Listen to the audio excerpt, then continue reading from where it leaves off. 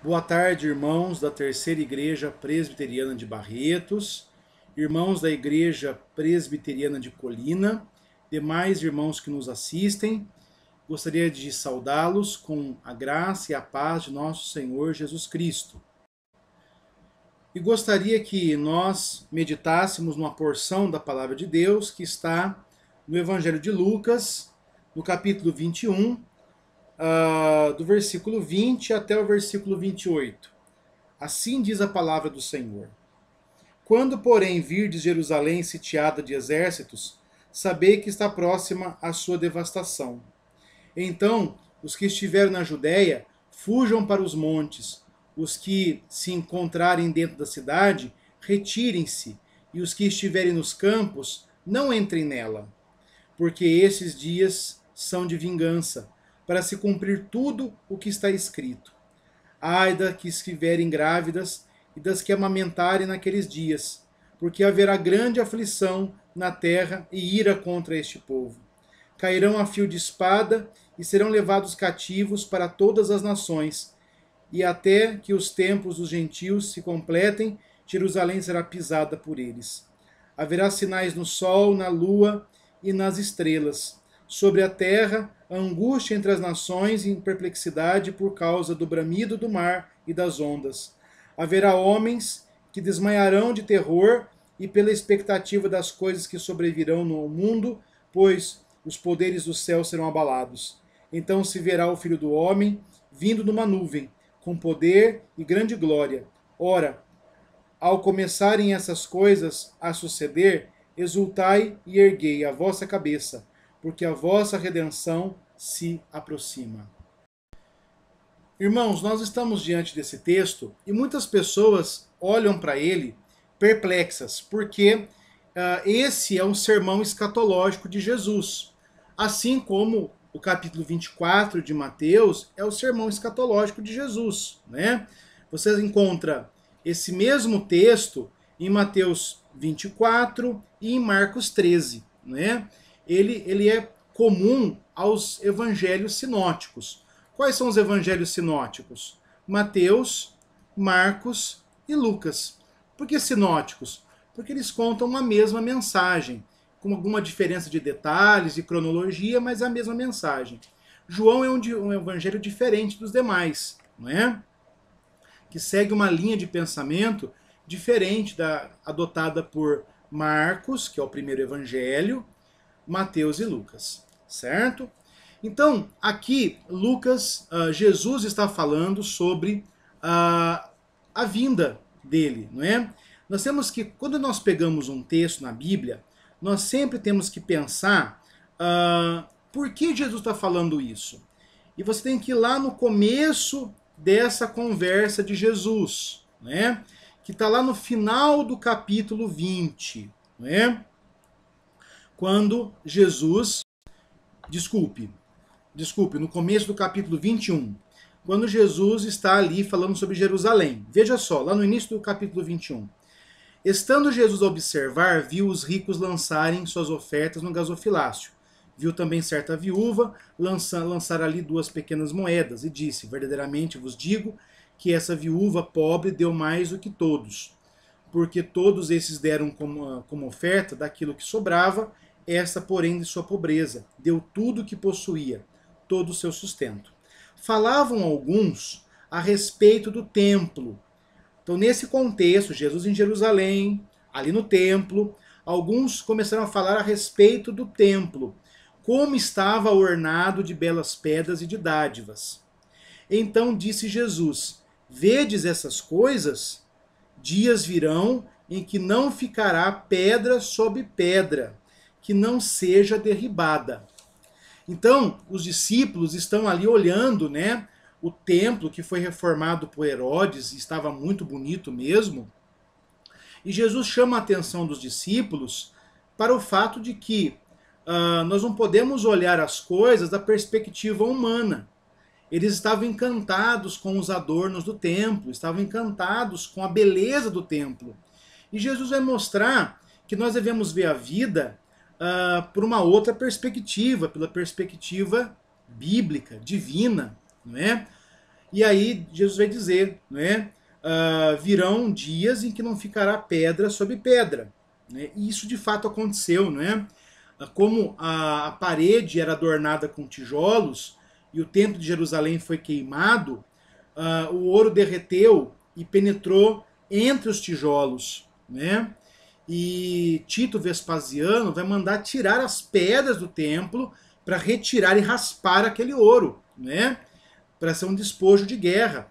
Então, isso de fato vai acontecer. Jesus está falando sobre, nesse momento, sobre a queda de Jerusalém, que acontece no ano 70 depois de Cristo, não é?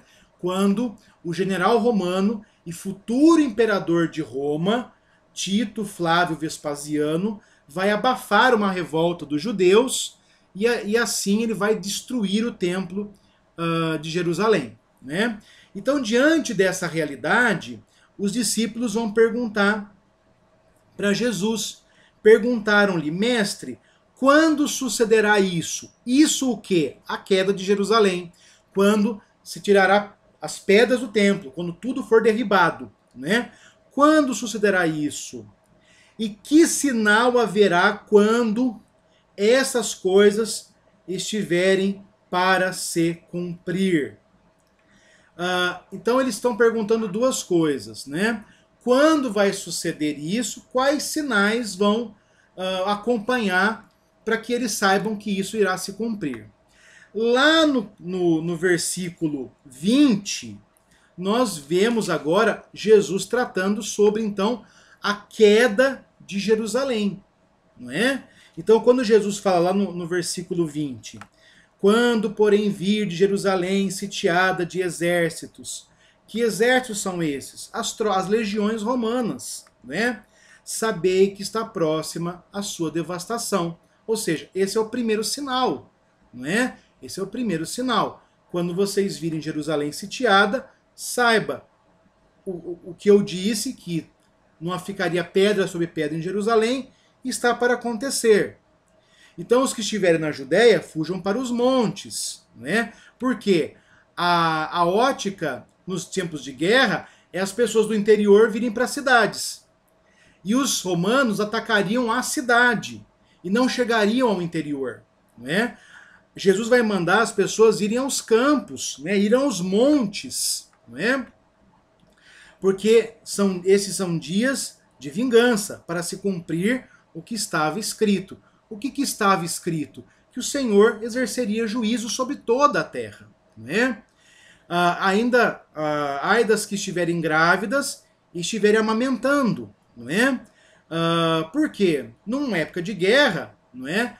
As pessoas mais vulneráveis, como mulheres grávidas, mulheres com crianças pequenas, idosos, sentem mais dificuldade na hora da fuga. Não é? E essas pessoas, em épocas de guerra, essas pessoas são aquelas que vão morrer. Flávio Josefo estima que foram 1.100.000 pessoas mortas na invasão de Roma a Jerusalém no ano 70. E foram 93.000 pessoas levadas cativas para Roma. Então, Jesus está falando dessa terrível guerra. Né? E é uma coisa interessante, o Evangelho de Lucas, ele não foi escrito após a queda de Jerusalém. O Evangelho de Lucas foi escrito no ano 62, o ano 62 depois de Cristo, ou seja, antes da queda de Jerusalém. Pastor, como o senhor sabe disso? Porque quando você vê o Evangelho de Lucas e o livro de Atos, os dois livros que são atribuídos a Lucas, você não vê a perseguição de Nero, que ocasionou a morte de Pedro e Paulo no ano 64, não é? E você vê ali ele falando sobre a fome que assolou Jerusalém no império de Cláudio Nero Druso, não é? Isso muito antes do ano 70. Então, o que Jesus está falando é uma profecia sobre a destruição de Jerusalém. E o que Lucas está falando é, em confiança, aquilo que Jesus disse de forma profética. O fato é que o texto caminha e da destruição de Jerusalém, Jesus passa a falar sobre a sua vinda. Então haverá sinais no sol, na lua, haverá homens que desmaiarão de terror, porque os céus serão abalados. Então se verá o Filho do Homem vindo numa nuvem, não é? Então Jesus ele transita da queda de Jerusalém para a vinda dele. E aí ele termina essa parte dizendo o seguinte: ao começarem essas coisas a suceder, exultai e erguei a vossa cabeça, porque vossa redenção se aproxima. Então, meus irmãos, eu queria tratar com vocês, nessa devocional de hoje, sobre esse último versículo. Levantar a cabeça e exultar no momento em que as coisas estão ruindo. Talvez você, hoje nós comemoramos o Dia de Ação de Graças, né? O Dia Internacional de Ação de Graças. E talvez você diga assim: puxa, pastor, por que nós renderemos graças? Esse ano foi tão difícil, muitos de nós não conseguimos trabalhar, muitos perderam o emprego, muitas lojas, comércios fecharam, não é? Qual é o motivo de rendermos graças hoje, não é? Nós podemos nos lembrar ali da frase, não é, de Samuel, não é? Até aqui nos sustentou o Senhor. Você está vivo hoje? Você se alimentou? Você está junto dos seus? Então, não é? Você tem motivo para dar graça. Ah, pastor, mas eu estou vivo, mas eu não estou me alimentando tão bem assim. Eu perdi pessoas da minha família esse ano, né? Mesmo assim, ainda é tempo de dar graças, porque Paulo diz que em tudo nós devemos dar graças. Ou seja, nós devemos agir como a Poliana, né? Jogarmos o jogo do contente. Né? Nós devemos agir como Paulo. Né? Em tudo estarmos satisfeitos, em tudo estarmos contentes. Nós devemos observar, mesmo nos dias mais terríveis, motivos para rendermos graças a Deus. E esse texto nos aponta algumas indicações para isso. Primeira indicação, irmãos, esse texto nos mostra que os cristãos vão exultar, vão levantar a cabeça e vão exultar no dia do sofrimento, porque eles não têm pátria nesse mundo. Então, os cristãos, os mesmos cristãos que viram Jerusalém gloriosa, adornada em seu templo, eles não esperam a Jerusalém deste mundo. A nossa verdadeira Jerusalém não está na Palestina. A nossa verdadeira Jerusalém está no céu. E ela descerá a nós adornada. Então, meus irmãos, esse mundo pode ruir, mas nós sabemos que a nossa segurança não está neste mundo. Não está nas riquezas que este mundo tem, ou nos prazeres que este mundo possa nos dar. A nossa certeza está em Cristo. Jesus disse que nós devemos ter nossos tesouros não aqui na terra, onde eles são perecíveis, a traça, a ferrugem, a ação dos homens que podem roubá-los. Os nossos tesouros devem estar no céu. Nós devemos falar como Paulo: eu sei em quem eu tenho crido, e ele é fiel para guardar o meu depósito até o final. Então, quando nós virmos não só Jerusalém, mas o Brasil, os países do mundo ruindo por causa do império do anticristo, nós devemos levantar nossa cabeça e glorificar a Deus, porque próximo está o dia da nossa redenção. O Senhor Jesus Cristo está voltando para nos libertar deste mundo terrível. Segunda coisa que esse texto nos mostra, irmãos: os cristãos não seguem o curso do mundo. Um fato interessante é que quando Tito Flávio Vespasiano invadiu Jerusalém, as pessoas que sobreviveram à invasão romana foram os cristãos. Porque os cristãos estavam amparados pela palavra. Porque Jesus disse: quando vocês virem os exércitos romanos chegarem em Jerusalém, vocês não vão para a cidade. Vocês vão para o interior. Vocês subam nos montes, onde vocês vão ficar seguros. Vocês, se estiver na casa, não volte a buscar o agasalho na casa. Fuja. Os cristãos, quando viram isso, lembraram do que Jesus havia dito e fugiram. Fugiram. Enquanto os judeus, que não criam na palavra de Jesus, foram para a cidade, se amotinaram na cidade e foram mortos assim. Os cristãos foram para Pela, uma cidade ao sul da Galileia, na Transjordânia, uma cidade alta, e lá eles foram preservados. Sabe o que isso mostra para a gente, meus irmãos? O cristão ele não segue o curso deste mundo. O cristão ele não segue o ritmo deste mundo. Nós estamos amparados pela palavra de Deus. E a palavra de Deus nos sustentará, inclusive em dias maus, como esse que nós vivemos. Meus irmãos, nós temos sobre a nossa vida a mensagem de Jesus Cristo. Então nós não seguiremos o curso deste mundo, nós não serviremos aos intentos de Satanás, nós não praticaremos o pecado que todo mundo pratica, porque nós servimos um outro Senhor, nós servimos a Jesus Cristo. E nos dias maus, enquanto todos se lamuriam, enquanto todos estão se abatendo, nós ergueremos nossa cabeça e saberemos que o Senhor está conosco. Por último, irmãos, nós vemos aqui a descrição da vinda de Cristo, né?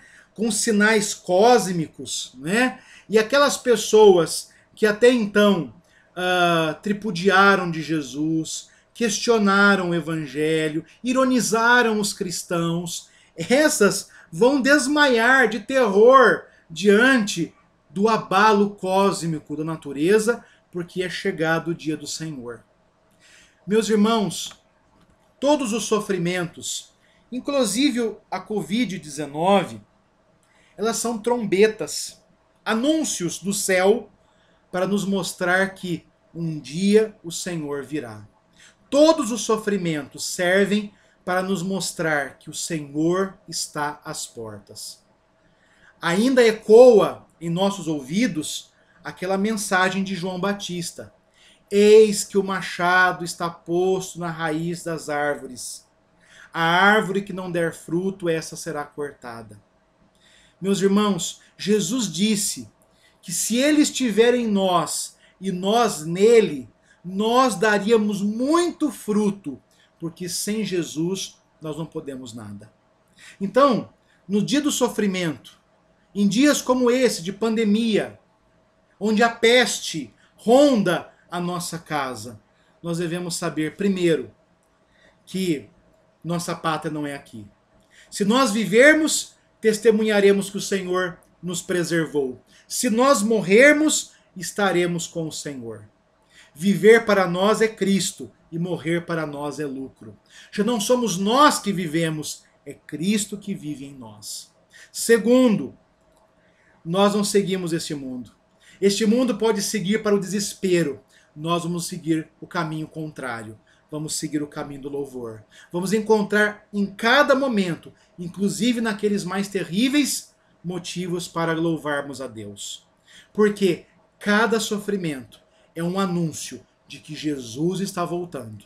Enquanto isso desespera o ímpio, porque o Deus do ímpio é o seu próprio ventre, isso nos consola, sabendo que o Senhor virá nos resgatar, virá nos levar para o novo céu e uma nova terra, onde a nossa lágrima será enxuta, onde nós andaremos pelas ruas de ouro, onde o Senhor estará completamente em nossas vidas, onde nós não seremos mais afligidos pelo pecado, pelas trevas, pela fúria do mar, porque o Senhor reinará eternamente, de forma completa, visível, indiscutível, e todos os inimigos do Evangelho estarão subjugados no inferno, juntamente com Satanás.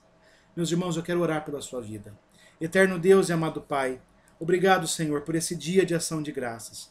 Obrigado, Senhor, porque apesar dos dias maus que vivemos, sabemos que a tua boa mão está sobre as nossas vidas. Sabemos que nenhum sofrimento pode arrancar de nosso peito a confiança de que todas as coisas cooperam para o bem daqueles que amam a Jesus Cristo, daqueles que foram escolhidos em Jesus Cristo. Olha por nossas vidas, Deus. Olha por nossas igrejas. Em nome de Jesus. Amém. Deus abençoe a sua vida.